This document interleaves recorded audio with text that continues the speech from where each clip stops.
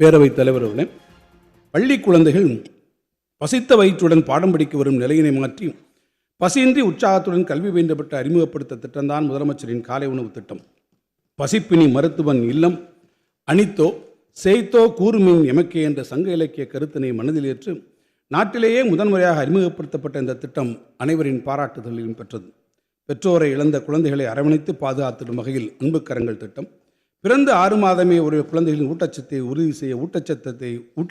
உறுதி செய்ய திட்டம், இது தாயுமானவரின் ஆட்சி என்பதை உறுதி செய்யக்கூடிய திட்டங்களாக இது மலர்ந்திருக்கிறது.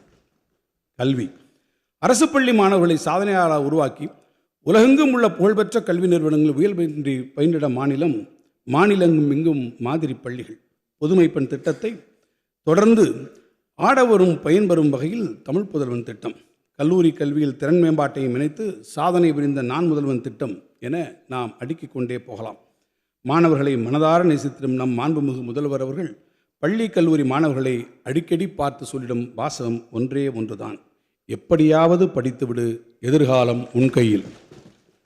எனவேதான் மாணவர் நலன் காக்க மாணவ மணிகளுக்கான திட்டங்களை பலவற்ற உருவாக்கிய இந்த ஆட்சி உலகை வெல்லும் இளைய தமிழகத்தை உருவாக்க முயன்றிடும் நல்லாட்சி இந்த ஆட்சி.